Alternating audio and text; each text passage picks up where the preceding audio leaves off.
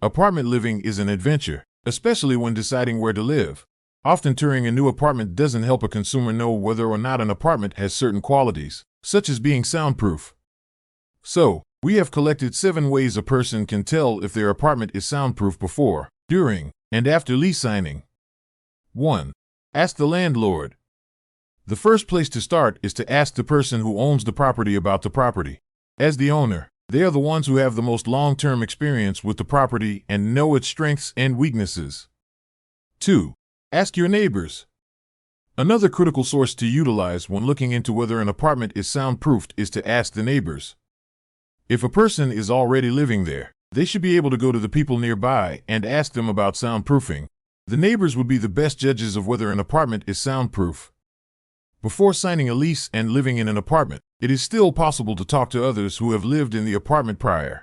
Several websites are built for renters to share their experiences in apartment complexes. 3. Check the state requirements. It may be hard to believe, but there are laws about how much soundproofing should be in an apartment. The IBC International Building Code has set a standard that all apartments need to be built with 50 STC and 50 IIC.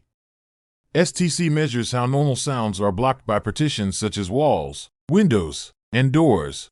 A 50 STC means that the walls should be built to silence anything but loud sounds.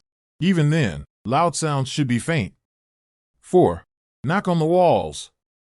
Although it may seem that knocking on the walls is an ineffective way to tell whether an apartment is soundproof, there is merit behind knocking.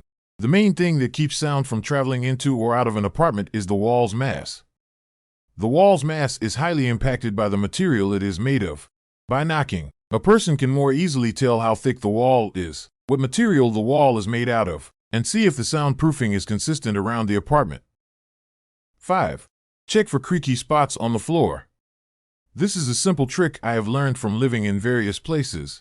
When I would spend time with my grandma in her older home, certain parts of the floor would creak on the upper level. We would only overthink it once we went downstairs and could hear every single step someone took upstairs. The noises would be loud and bothersome around the creaky areas we had noticed prior. The same is often true for apartments. If a soft spot on the floor creaks, it is likely anyone underneath can hear you. If there are no creaky noises, it isn't likely a problem. 6. Observe the sounds from neighbors.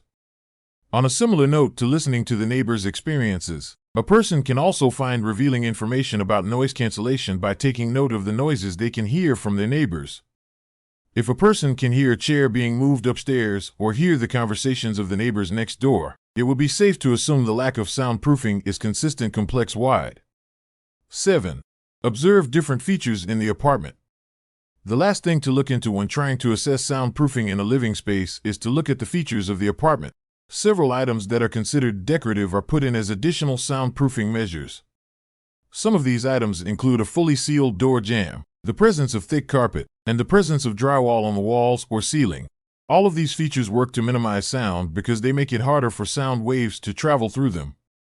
Are you tired of hearing your neighbors' every move in your apartment? Do you wish you could enjoy some peace in your own home? Click the link below now to read my full blog post on how to tell if your apartment is soundproof. Don't let unwanted noise disrupt your daily life.